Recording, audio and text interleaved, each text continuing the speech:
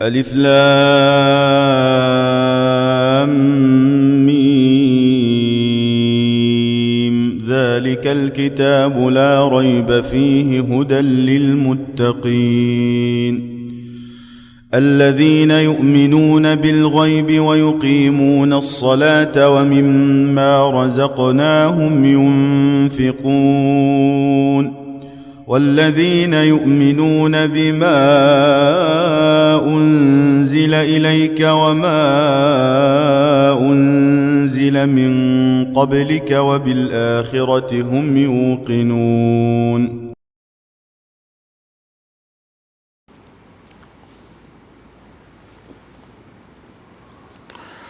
بسم اللہ الرحمن الرحیم ان الحمد للہ نحمده ونستعینه ونستغفره ونعوذ باللہ من شرور انفسنا ومن سیئات اعمالنا من يهده اللہ فلا مضل له ومن يضلله فلا هادي له واشهد ان لا الہ الا اللہ واشهد ان محمدا عبده ورسوله یا ایھا الذین آمنوا اتقوا اللہ حق تقاته ولا تموتن الا وانتم مسلمون یا ایھا الناس اتقوا ربکم الذی خلقکم من نفس واحدہ وخلق منها زوجها وبث منهما رجالا كثيرا ونساء واتقوا الله الذي تساءلون به والارحام ان اللہ کان علیکم رقیبا یا ایھا الذین آمنوا اتقوا اللہ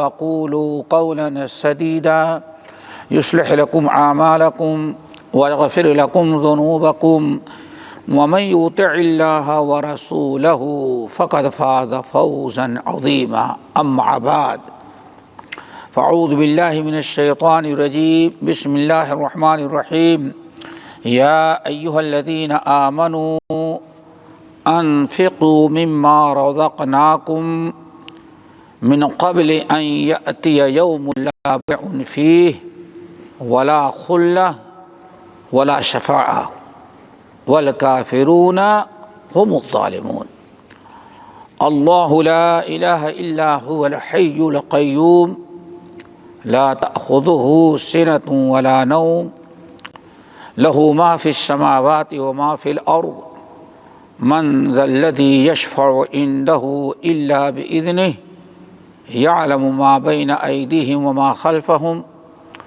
ولا يحيطون بشيء من علمه إلا بما شاء وسع كرسيه السماوات والأرض ولا يؤوده حفظهما وهو العلي العظيم.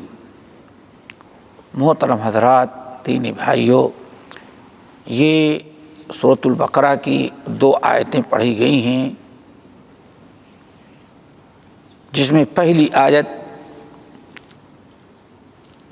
جو ہے اس میں اللہ رب العالمین نے انفاق فی سبیل اللہ کی تاکید کی ہے.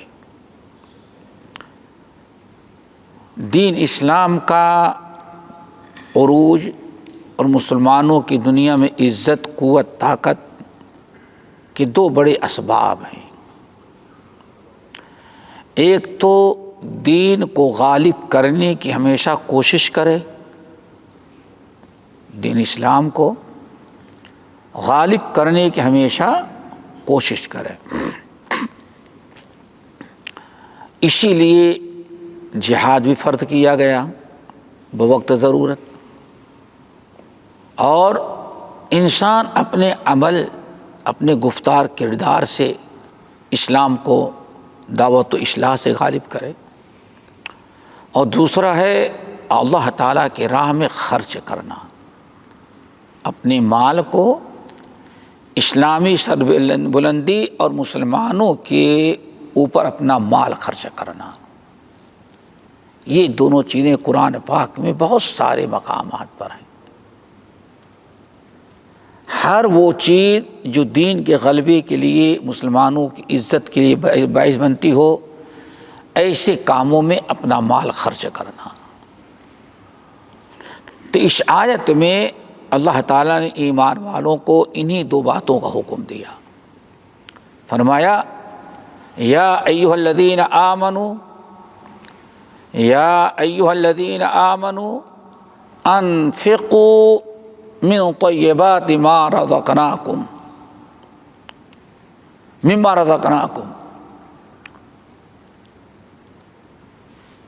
اے ایمان والو اللہ تعالیٰ کی راہ میں تم اپنا مال خرچ کرو جو اللہ نے تم کو دیا ہے۔ اللہ تعالیٰ نے ہمیں جو مال عطا کیا ہے، جو مال دیا ہے، رزق حلال دیا ہے، اس کو اللہ تعالیٰ کی راہ میں خرچ کرنا۔ من قبل ان یاتیکم، قبل اس کے کہ تمہارے اوپر وہ وقت آ جائے کہ جس میں لا بیع فیہ، وہاں خرید اور فروخت نہیں ہو سکتے۔ نمبر 2 ولا خلہ، وہاں دوستی اور آپس کی الفت محبت بھی کام نہیں آ سکتے۔ نمبر 3 ولا شفاعہ، وہاں کسی کے سفارش اور شفاعت اور آج کے اسلام کا واسطہ بھی وہاں کسی کا کام آنے والا نہیں ہے۔ دوستو یہ 3 چیزیں ہیں۔ اللہ نے رزق حلال دیا ہے تو اللہ فرماتے اس وقت کے آنے کے پہلے کچھ خرچ کر لو۔ اس وقت یہ وقت جو آ جائے گا تو وہاں مال رہے گا بھی، مال تو رہے گا نہیں، اب وہاں کوئی چیز تمہارے کام نہیں آئے گی، نہ تو نیکیاں خریدی جا سکتی ہیں، نہ وہاں کوئی دوست اپنی ہمدردی آپ کی مدد کر سکتا ہے نیکیاں دے کر کے، نہیں، اور نہ تو انسان وہاں کوئی کسی کے شفاعت کے ذریعے وہ کام ہو جائے اس کا، یہ ناممکنات میں سے ہے۔ یعنی قیامت موت سے پہلے جو اللہ تعالیٰ نے تم کو رزق حلال دیا ہے اس سے خرچ کر لو، اللہ تعالیٰ کے راہ میں صدقہ کرو، خرچ کرو، صدقہ جاریہ کرو۔ یہ سب کچھ کرنا ہے موت آنے کے پہلے۔ اور جب موت نظر آتی ہے اس وقت دروازہ بند کر دیا جاتا ہے، کتنا بھی مال خرچ کرو گے وہ قبول نہیں کیا جائے گا۔ اسی لیے مال اگر ہمارے پاس ہے دوستو، اللہ نے اس لائق بنایا ہے، زیادہ ہو یا کم، تو ہمیشہ اللہ تعالیٰ کی راہ میں خرچ کرتے رہو۔ فَيُضَاعِفَهُ أَضْعَافًا كَثِيرًا، ایک خرچ کرو گے تو اللہ تعالیٰ اس کو کئی گنا بڑھا کر کے تمہیں آخرت میں دیں گے۔ موت، قرآن پاک سورۃ الفرقان منافقون کی آیت، موت کے وقت آدمی کہتا ہے رب لولا اخرتنی الی اجل قریب، واللہ صرف ایک چیز کی اپیل کر رہا ہے، بھیک مانگ رہا ہے، رب لولا اخرتنی الی اجل قریب، سال 2 سال نہیں، ہفتہ 2 ہفتہ نہیں، بس اللہ چند منٹ کے لیے موقع دے دے، بس اللہ حضرت رب لولا اخرتنی الی اجل قریب، آگے فاصدق واکن من الصالحین، اللہ بس چند منٹ کے لیے، لمحے کے لیے ملک الموت کو روک لیں۔ سب مال رکھا ہے، چیک بک رکھی ہے، ساری چیزیں ہیں، سب پر دستخط کر کے سب دے دیتے ہیں۔ آج تو چیک کا معاملہ ہے نا، بس اتنا ہی کام کرنا ہے اللہ تعالیٰ، نہ بیوی سے ملنا ہے، نہ بچوں سے ملاقات، نہ دوست احباب کو دیکھنا ہے، صرف ایک اچھے کام کے لیے اللہ مال تو نے دیا، صدقہ نہیں کر سکا تھا، اب تھوڑی سی مہلت دے دے، چند منٹ، تاکہ سارا مال تیری راہ میں صدقہ کر کے آئے، وَأَكُن مِّنَ الصَّالِحِينَ، اور وہ بھی صالحین میں شامل ہو جاؤ۔ لیکن اللہ نے کیا فرمایا؟ ہرگز نہیں، وَلَن يُؤَخِّرَ اللَّهُ نَفْسًا إِذَا جَاءَ أَجَلُهَا، بس خاموش، اب سب کا وقت ختم ہو چکا ہے۔ دوستو یہ ذرا خیال رکھیں، اللہ نے مال دیا ہے، جتنی جلدی اور جتنا زیادہ آپ اپنا اہل ویال کا پیٹ نہ کاٹیں، ان کی تنگی نہ کریں، لیکن تھوڑا زیادہ جو کچھ بھی ہو ہمیشہ اللہ تعالیٰ کے راہ میں صدقہ کرتے رہیں، اور اس کا ٹائم مقرر ہے۔ کیوں؟ اس زندگی میں اگر تم نے صدقہ نہ کر لیا، حشر کے میدان میں جب تم کو نیکی کی ضرورت پڑے گی تو انسان مشکل میں گھرتا ہے تو تین ہی طرح سے اس کے مدد کی ضرورت ہوتی ہے، صرف تین طرح کی۔ نمبر ایک، آپ کا نقصان ہو گیا ہے، خسارہ ہو گیا ہے، سائیکل آپ کی گاڑی چوری ہو گئی، مال لوٹ لیا گیا، تو ابھی آپ کے پاس مال ہے تو اس کو دوبارہ خرید سکتے ہیں، مال ہے تو آپ خرید سکتے ہیں۔ گاڑی چوری ہو گئی یا ایکسیڈنٹ خراب ہو گئی، اللہ نے پیسہ دیا ہے، ابھی شو روم سے نئی گاڑی خرید لیں گے، سیکنڈ ہینڈ گاڑی لے لیں گے۔ کیوں؟ یہ دنیا میں بزنس اور کاروبار کی جگہ اللہ نے بنائی ہے، یہاں ہو سکتا ہے، لیکن موت دیکھ لینے کے بعد یہ بزنس اور کاروبار کا سلسلہ بند۔ پہلی چیز ہے صدقہ کر لو، حشر کے میدان میں جب نیکیوں کی ضرورت تم کو پڑے گی تو وہاں کوئی نیکیوں کا سپر مارکیٹ نہیں کہ چلے جاؤ اللہ تعالیٰ چند منٹ کے لیے مہلت کرے وہاں سے نیکیاں خرید کر کے آ رہا ہوں، یہی بات سمجھنے۔ لا بیع فی، وہاں لا بیع فی، وہاں کوئی بزنس نہیں ہو سکتا، نیکیاں خریدی نہیں جا سکتی۔ نیکی ایک ایسی چیز ہے کہ عمل سے ملتی ہے، خریدنے سے نہیں ملتی۔ نمبر دو، ولا خلہ، مشکل وقت میں کہا جاتا ہے دوست کو برے وقت میں پہچانا جاتا ہے کون اصلی دوست ہے اور کون ظاہری، مسئلہ مشہور ہے نا، مصیبت کے وقت پتہ چلتا ہے دوست کون ہے۔ اب دنیا میں تو آپ کا دوست آپ کے لیے کھڑا ہو سکتا ہے، آپ کو اپنی گاڑی دے دے گا، پیسہ دے دے گا، کہیں کسی آفت میں مکان آپ کا ڈھہ گیا اپنے مکان میں جگہ دے دے گا رہنے کے لیے۔ یہاں تو دوستی اسی لیے ہوتی ہے کہ برے وقت میں ہمارے کام آئے۔ اللہ فرماتے ہیں لیکن آخرت میں جب تمہیں نیکی کی ضرورت پڑے گی اور نیکیاں کم پڑ جائیں گی تو کوئی دوست بھی تمہیں اپنی نیکیاں دینے کے لیے تیار نہیں ہوگا۔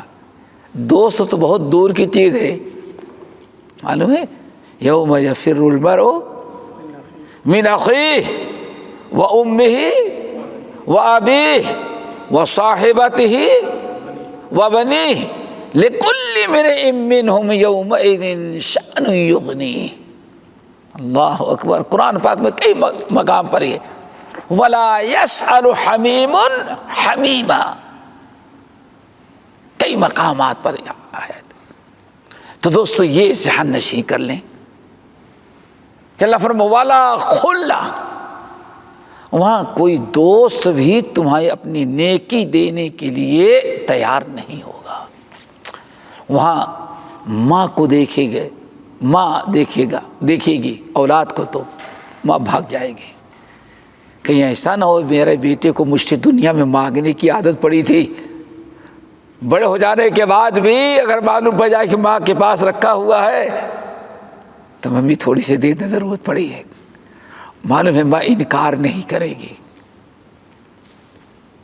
دیکھا ہوگا کبھی اس میں کچھ ہوں گے ایسے جنہوں نے سالوں سال ماں کے جو زیورات رہے ہوں گے، ماں اپنی اولاد کی ضرورت پر اپنے زیورات بھی بیچ کر کے ماں کو اولاد کو دے دیتی. دیکھا ہوگا یہی ماں جو اتنی محبت کرتی ہے، اللہ فرمایا ماں دیکھ کر کے بھگے گی کہ بیٹا ہم سے کچھ مانگ نہ لے، دور ہو جائے گی. یہی حالت باپ کی ہوگی. تو دوست تو بہت دور کی چیز، اپنے سگے بھگ جائیں گے. اللہ فرماتے ہیں ایسا وقت آنے کے پہلے ابھی زندگی میں ہم نے مال دیا تو صدقہ کر لو، اللہ تعالیٰ کے راہ میں خرچ کر لو، آخرت کے لیے تم اپنا توشہ بنا رکھو. بات ہو گئی. تیسری شکل کیا ہے؟ ولا شفاعہ، سفارش کوئی کر دے، شفاعت کر دے. اللہ تعالیٰ کے سامنے آئیں، اللہ رب العالمین کے سامنے آئیں، آپ پریشانی میں ہیں، کوئی پاورفل آدمی آئے میں آپ کو اس کی شفاعت کر دیتا ہوں، وہاں کوئی کسی کے شفاعت بھی نہیں کرے. کیوں؟ قرآن پاک میں ولا یسأل حمیم حمیما، وہاں کوئی دوست بھی کسی دوست کے بارے میں پوچھے گا نہیں، کوئی نہیں پوچھے گا. کیوں؟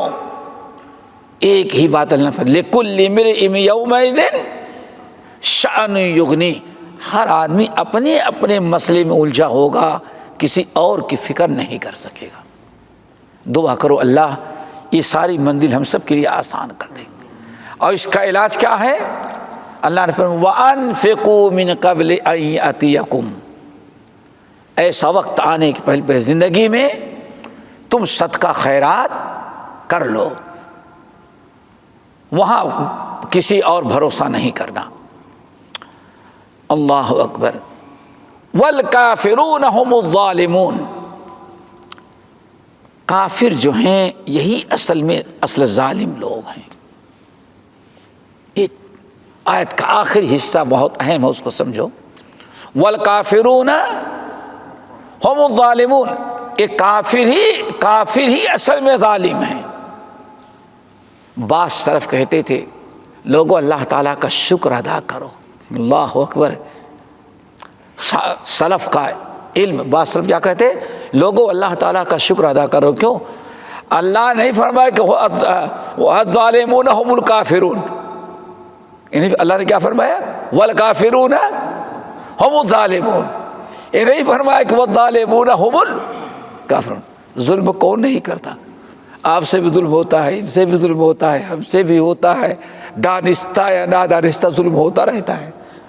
تو کہتے تھے بعض سلف اگر اللہ تعالیٰ کہتا والظالمون ہم الکافرون تب تو اس کا مطلب سب پر کفر کا ٹھپا لگ جاتا. لیکن اللہ نے ارحم الراحمین ایسا نہیں کیا، فرمایا والکافرون ہم الظالمون. یہ نہیں فرمایا ظالم ہی کافر ہوتے ہیں، بلکہ کافر ہی ظالم ہے. اس پر کہتے تھے سلف اللہ تعالیٰ کا شکر ادا کرو.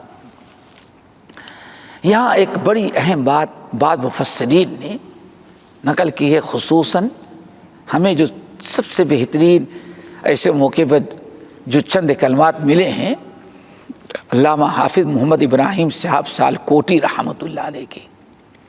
انہوں نے تفسیر الرحمن سورۃ البقرہ کی تفسیر میں اس آیت کے اندر نقل کرتے ہیں. اللہ فرماتے والکافرون ہم الظالمون، یہی کافر لوگ ہی اپنے اوپر اصل میں ظلم کر رہے ہیں. کیا مطلب ہے؟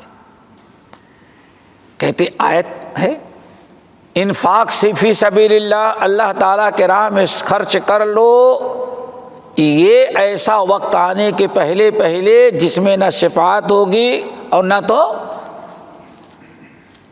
خلہ کام آئے گی اور نہ بڑی ہوگی۔ کہتے ہیں یہاں اللہ تعالیٰ نے کافروں کو ظالم کہا کہ اللہ کئی ظلم انہوں نے کیا، اس کو سمجھیں تب آیت کا مسئلہ ذرا اور واضح ہوتا ہے۔ بات کیا چل رہی ہے کہ یا ایھا الذین آمنوا انفقوا مما رزقناکم من قبل ان یأتی یوم لا بیع فیہ ولا خلۃ ولا شفاعۃ۔ یہاں ایمان والوں کو کیا حکم دیا جا رہا ہے؟ یہ زندگی میں تمہیں موقع ملا ہے، اللہ نے مال دیا، اس کو اللہ تعالیٰ کے راستے میں خرچ کر لو اس وقت، اس دن کے آنے سے پہلے پہلے جس میں نہ کاروبار ہوگا، نہ نیکیاں خریدی جا سکتی ہیں، نہ کوئی دوست کام آئے گا، نہ کسی کی شفاعت کام آئے گی۔ کہتے ہیں سیالکوٹی رحمۃ اللہ علیہ کہ دیکھو اس کافر نے کتنا ظلم کیا، جو زندگی دی تھی کتنا ظلم کیا۔ نمبر ایک، ہدایت کے سارے راستے اس کے سامنے اللہ نے وعدے کر دیا، نبی آئے، رسول آئے، کتابیں نازل ہوئی، ایسا موقع عنایت ملا، نبی کے سامنے آیا، ملاقات ہوئی، لیکن اس شخص نے اپنے اوپر ظلم کیا۔ اللہ نے زندگی اس کو دی تو ہو سکتا ہے کہ نبی کے آنے سے پہلے پہلے کم وقت مر گیا ہوتا، لیکن زندہ رکھا، نبی کا زمانہ اسے نبی کی صحبت نصیب کی، لیکن اس نے اس زندگی کی قدر نہ کی۔ نبی جو جنت کا راستہ بتا رہے تھے، قیامت کے دن جو نجات کا راستہ بتا رہے تھے، اس راستے کو اس نبی کی بات کو قبول نہ کیا، بلکہ کفر پڑا رہا۔ یہ پہلا ظلم ہے جو اس کافر نے اپنے اوپر کیا۔ آئی بات سمجھ میں؟ ایسے بہت سارے مثالیں دیں، انہی میں سے ایک چیز یہ بھی ہے، اللہ نے صحت دیا اور مال دیا، مال دیا۔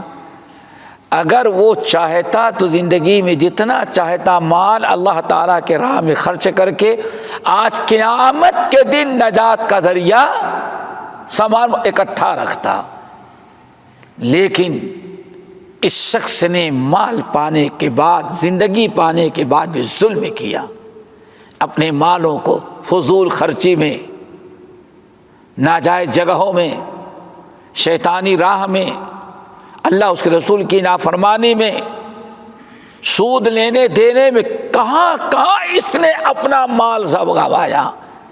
یہ دوسرا ظلم ہے جو اس نے اپنے اوپر کیا۔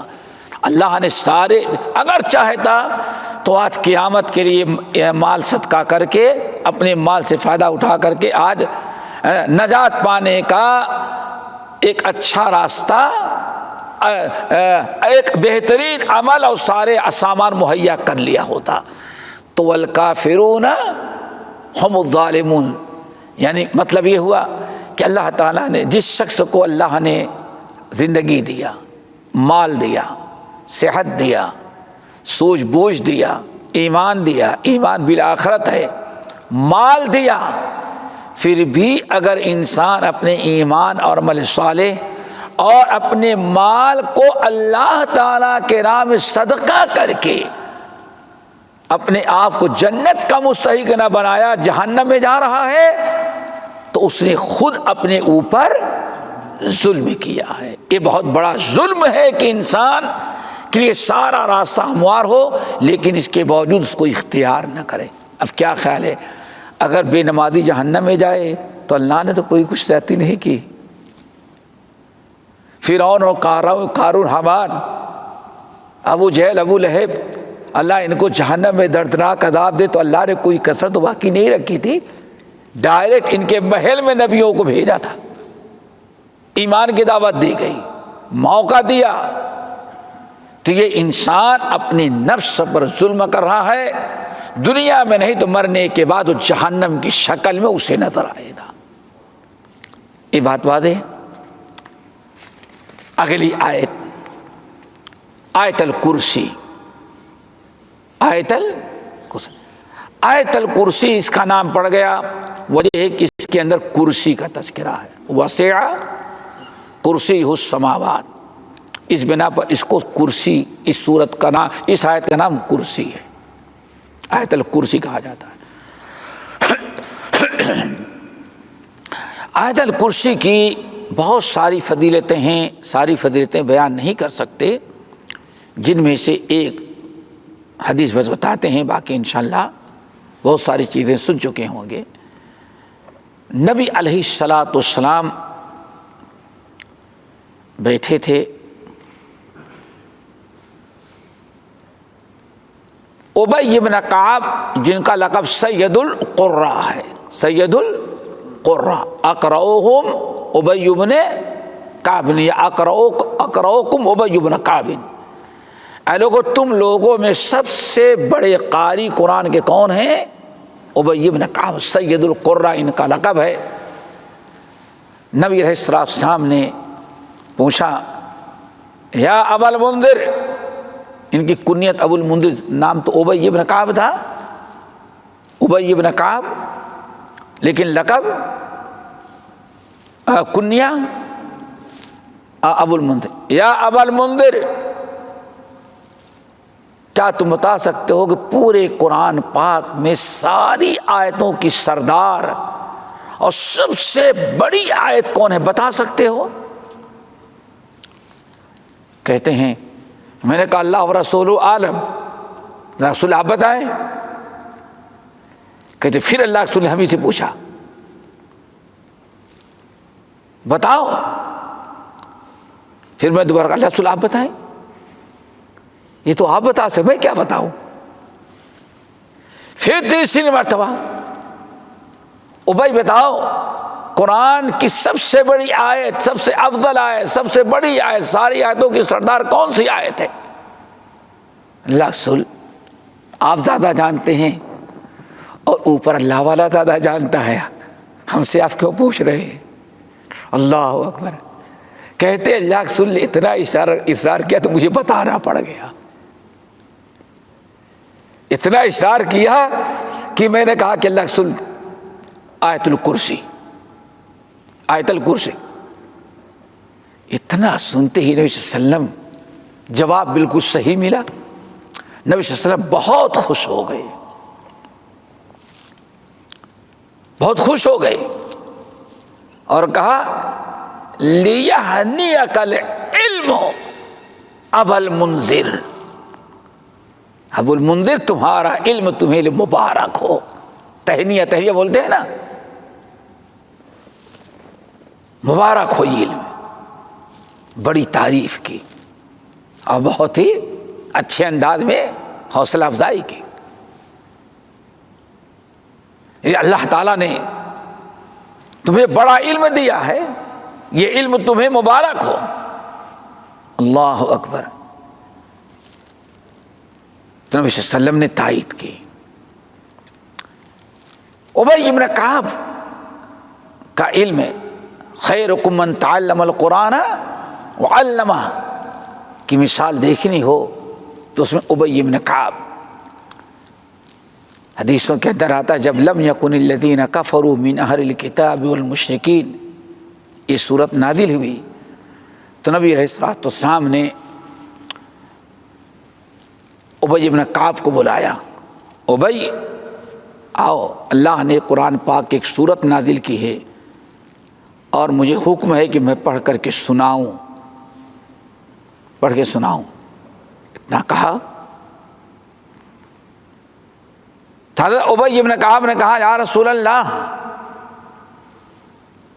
اللہ نے میرا نام لیا ہے کہ اللہ نے آپ کو حکم دیا امتی کسی امتی کو سنا دے، تو میں سامنے آپ کے پڑھ گیا، آپ نے دیکھا مجھ کو بلا کے سنانا شروع کر دیا۔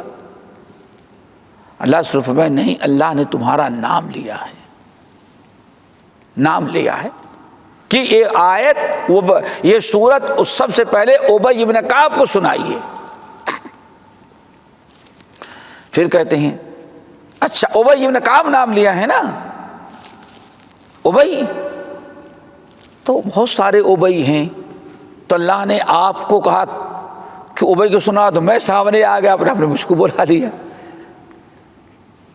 ہماری کوئی تخصیص تو نہیں تھی۔ تو اللہ سبحانہ فرمایا اللہ کے بندے ابی بن کعب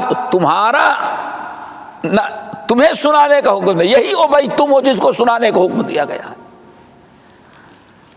کیا رسول اللہ اللہ سمانی لک،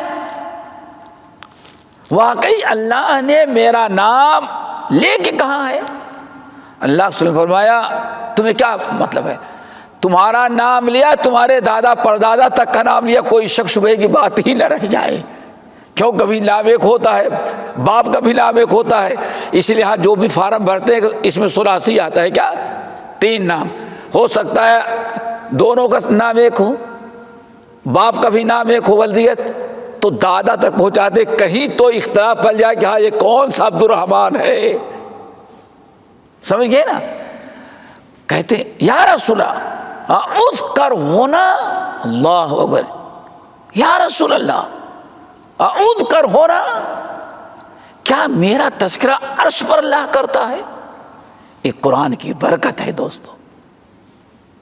اذکر ہونا، کیا میرا تذکرہ میرا ذکر وہاں ہوتا ہے آسمان پر؟ آپ نے فرمایا اللہ کے بندے صرف تیرا نہیں، تیرے پورے دادا پردادا کا نام لیا جاتا ہے۔ اللہ اکبر، خوش ہو گئے، پوری حدیث بیان کی۔ الف کہنے کا اللہ سے سنائے، اللہ سے لم یکن الذین کفروا من اہل کتاب، پوری صورت ان کو سنائی، انہوں نے یاد کیا۔ جب یہ حدیث ابی بن کعب نے آگے بڑھایا تو کچھ لوگوں نے تو سنا، اور کچھ شاگرد جو تھے وہ بڑے باتونی تھے، جب ان کو سنائے تو کہا اچھا حضرت آپ تو بہت خوش ہوئے ہوں گے اس وقت، جب اللہ تک آپ کو یقین ہو گیا کہ اللہ نے بتایا کہ ہاں تمہارا نام لے کر کے دادا پردادا کے نام پورا نسب کے ساتھ تمہیں کہا گیا ہے، تب تو بہت خوش ہو گئے ہوگے کہ اپنا یہ منصب مرتبہ دیکھ کر کے۔ کہا کیوں نہیں خوش ہوگا، بالکل خوش ہوا تھا۔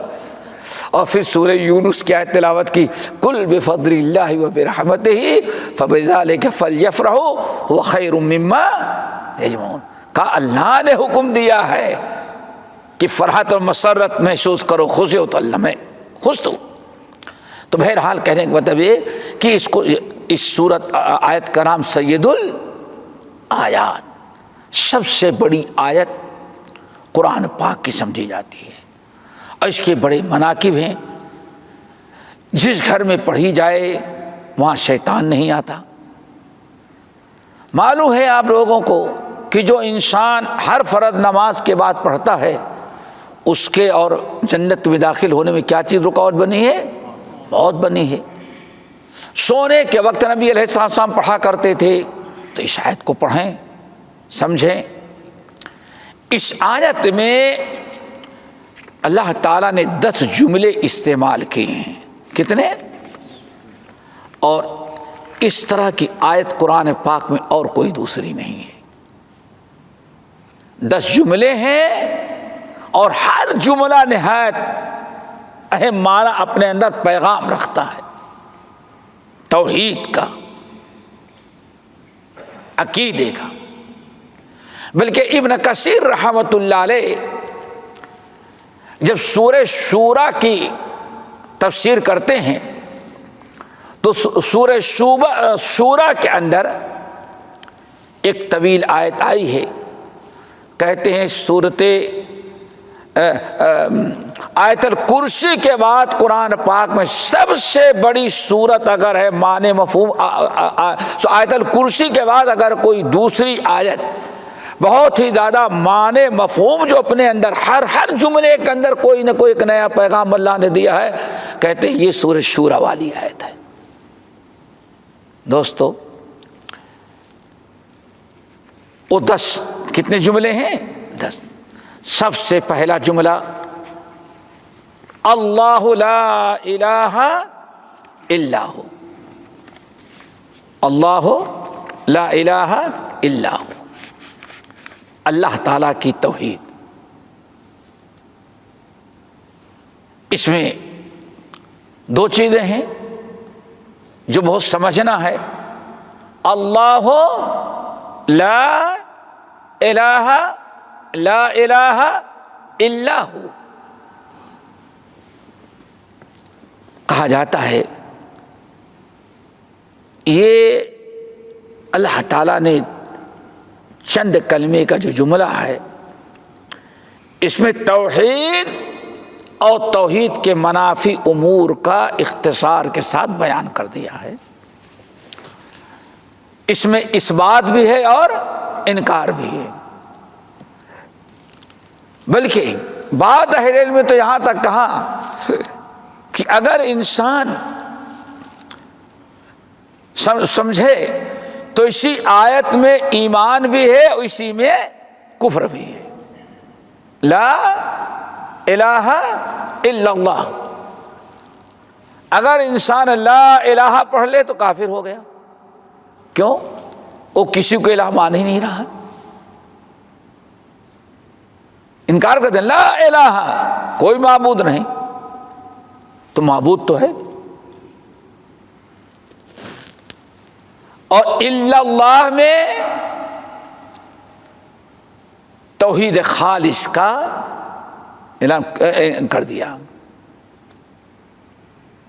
یعنی الا اللہ میں اللہ کے علاوہ کائنات میں جتنے معبود ہیں کفریہ شرکیہ ہیں سب کی اللہ تعالیٰ نے نفی کر دی.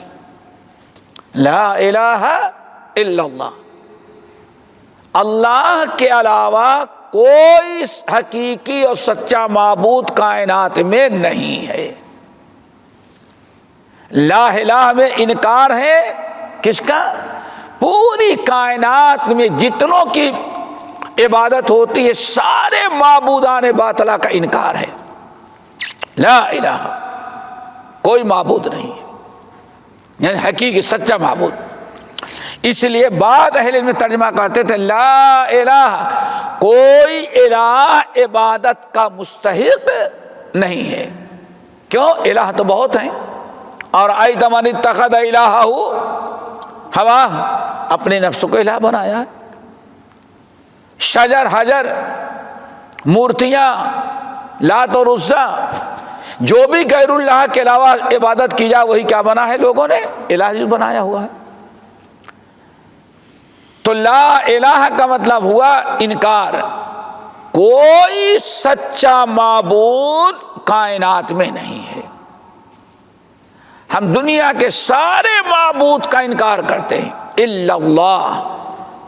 بس ایک ہی اللہ ہے جو عبادت کا مستحق ہے. اللہ تعالیٰ نے یہاں انکار کر دیا کہ اللہ صرف ایک ہی بننے کی ایک ہی ذات ہے جو اللہ بن سکتی ہے. اللہ کے علاوہ کوئی ایسی ذات نہیں ہے جس کو الہ معبود اور اللہ سمجھا جا سکے. اس کی وجہ کیا ہے؟ جتنے کمال کسی معبود کے اندر جتنے بھی کمالات ہو سکتے ہیں وہ سارے کمالات صرف کس کے اندر ہیں؟ اللہ کے اندر. کائنات میں کوئی بھی معبود ہو اس کے اندر وہ کمال نہیں ہے. بلکہ اگر کسی میں کوئی کمال ہے تھوڑا سا تو وہ کمال بھی اللہ تعالی کا دیا ہوا ہے.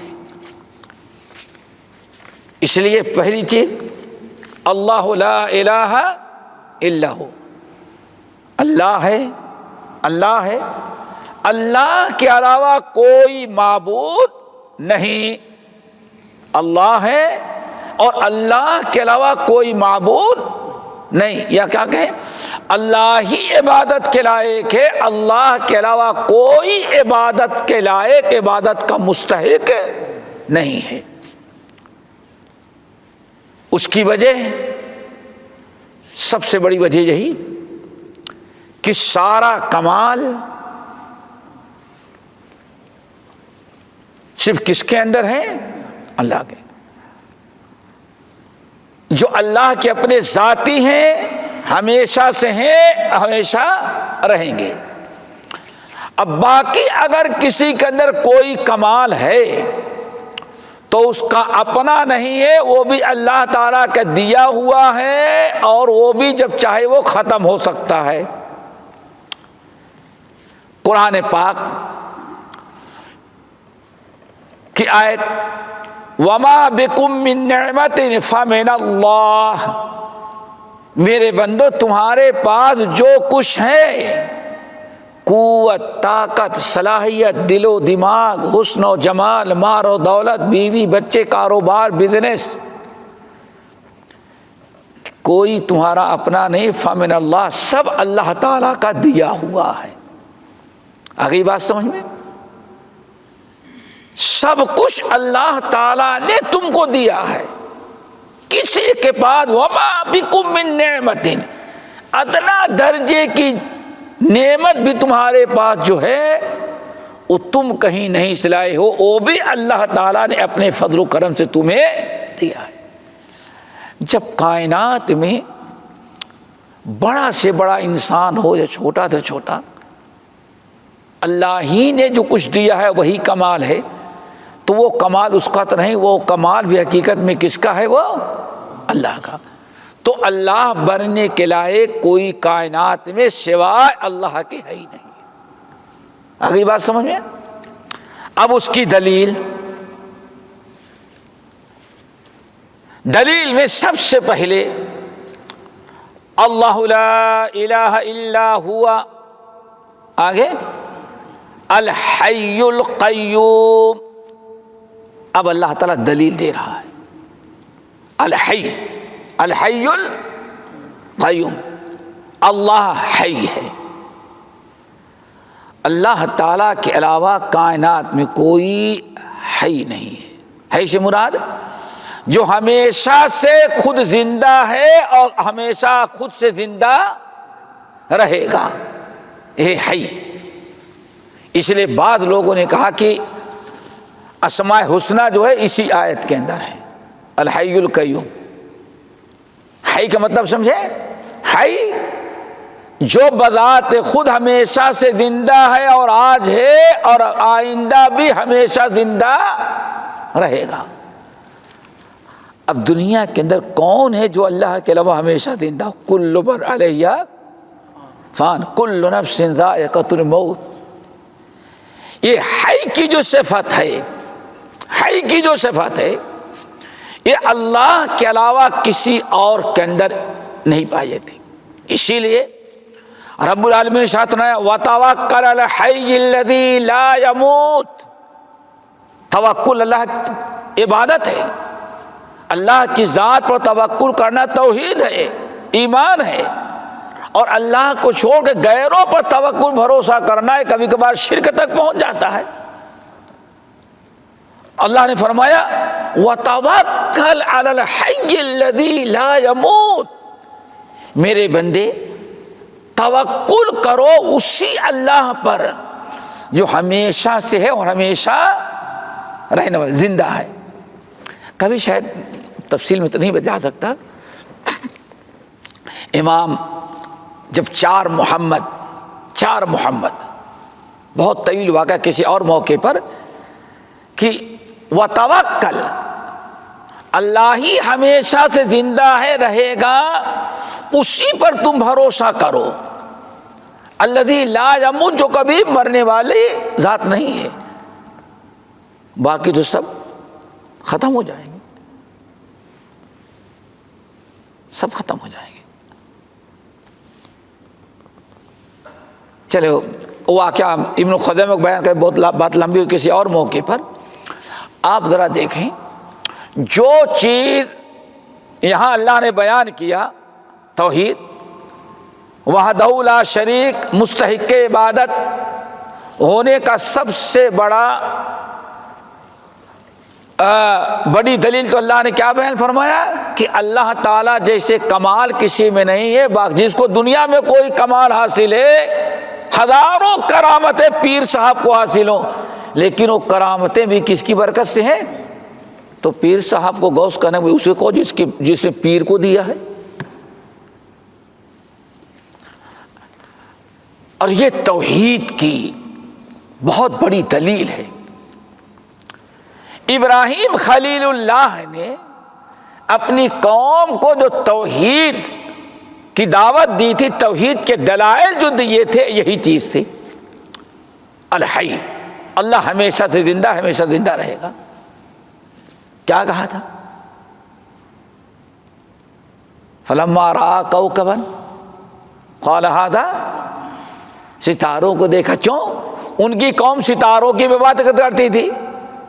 جو ابراہیم علیہ السلام جس قوم کی طرف نبی بنا کر کے بھیجے گئے تھے، اس قوم میں ستاروں کی عبادت ہوتی تھی، یہ بھی ان کے مشکل کشا حاجت روا تھے۔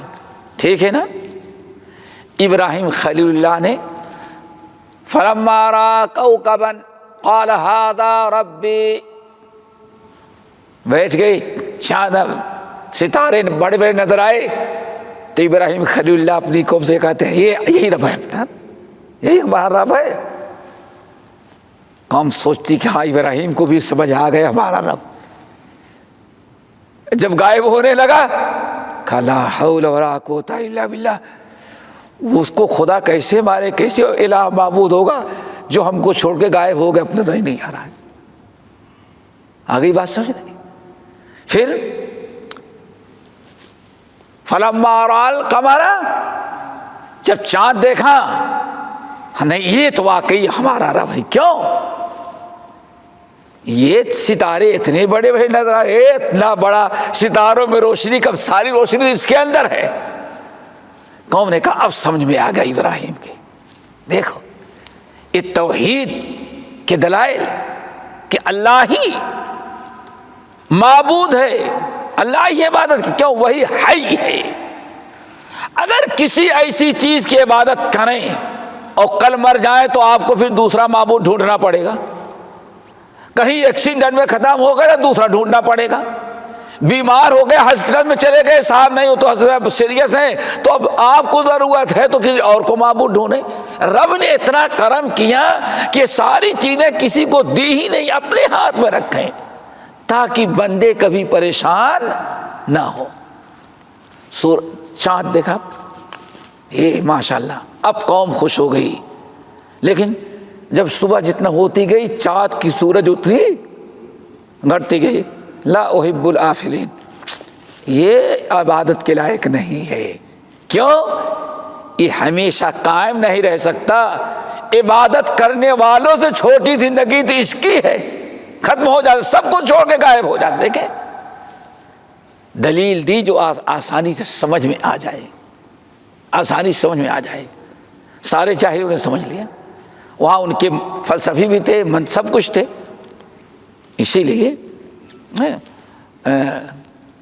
مولانا ابوالکلام جگہ نقل کرتے ہیں سورہ طٰہٰ کی تفسیر میں کہ موسیٰ انبیاء ہمیشہ جو دلائل دیتے تھے توحید کی، آسان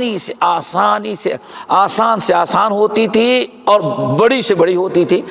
جاہل سے جاہل سمجھ لے اور بڑا سے بڑا اعتراض نہ کر سکے، انکار نہ کر سکے۔ سبھی دیکھ رہے ہیں نا بھائی،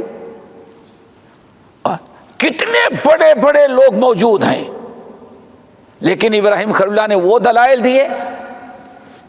جب چاند نظر، ہاں یہ ستارے سے بڑا ہے، روشنی بھی اس کی، یہ ہے ہم لوگوں کو معبود، یہی مشکل کشا اور یہی ہمارے غوث و داتا ہیں۔ کیا آپ پوچھنا؟ قوم سمجھتی ہاں اب ابراہیم کو ہوش آیا، سمجھ گیا۔ لیکن جب صبح وہ بھی ختم ہونے لگے کہتے ہیں لا احب الآفلین، یہ نہیں ہو سکتا۔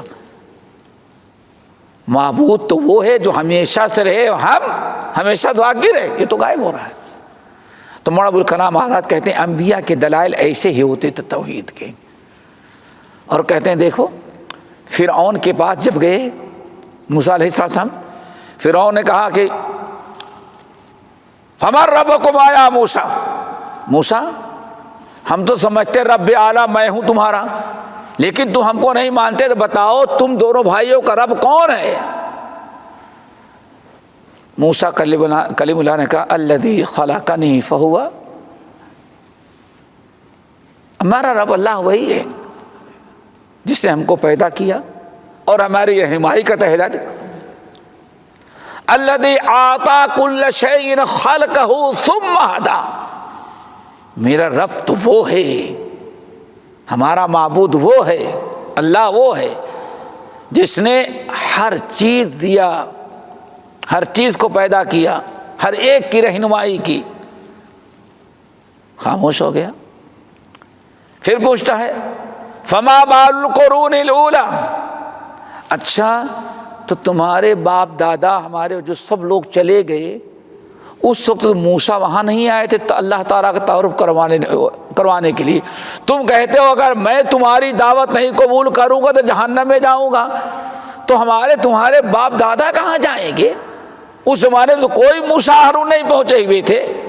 وہ سوچتا تھا فرعون کہ باپ دادا کے مسئلہ اٹھا کر کے مسئلے کو بگاڑ دیں گے، لیکن موسیٰ کلیم اللہ نے کہا کہ دیکھو علمھا عند ربی فی کتاب لا یضل ربی ولا ینسیٰ، اللہ نے تمہاری طرف ہم کو پیغمبر بنا کر بھیجا ہے، تم نہیں ایمان لاؤ گے تو تمہارا بیڑا غرق ہوگا، تم ہلاک ہوگے، تمہیں عذاب دے گا۔ رہی باپ دادا کا معاملہ تو انہوں نے کیا کیا سب کا ریکارڈ اللہ کے تعالیٰ کے پاس موجود ہے، قیامت کے دن کیا کرے گا ہم دونوں دیکھ لیں گے۔ فرعون خاموش ہو گیا، کوئی جواب نہ بن پڑا۔ تو مولانا ابوالکلام آزاد کہتے ہیں یہی اگر رازی اور غزالی اور زمخشری کو فرعون کے بعد بھیجا ہوتا تو صبح تک اس کو عقلی دلیلیں دیتے رہتے، لیکن فرعون کو خاموش نہیں کر سکتے تھے۔ دلائل نہیں، تو دلیل کیا دیا ابراہیم خلیل اللہ نے؟ یہ چاند نہیں۔ پھر فلما رأى الشمس باذغة قال هذا ربي هذا اکبر، یہ تو سب سے بڑا ہے، یہ ہوگا۔ لیکن دوپہر تک چمک دمک، دوپہر کے بعد پھر مرجھانے لگا، اور تو ہر تھوڑی دیر کے بعد اور ڈاؤن ہوا، ختم ہو گیا، پھر دیکھیں پیلی ٹکیا رہ گئی۔ موسیٰ کلیم اللہ نے کہا کہ یہ بھی نہیں، میرا رب وہ ہے جو حی لا یموت ہے۔ دوستو تو اللہ نے اپنے توحید کی وحدہ لا شریک ہونے کی دلیل کیا دیا پہلے یا دوسری؟ الحی، اللہ کیا ہے؟ ہمیشہ زندہ ہے اور ہمیشہ زندہ رہتا ہے۔ وعنت الوجوہ للحی القیوم، حی یہ اسماء حسنہ میں سے قرآن پاک کے اندر کئی مقام پر ہے، اللہ نے دلیل پیش کی۔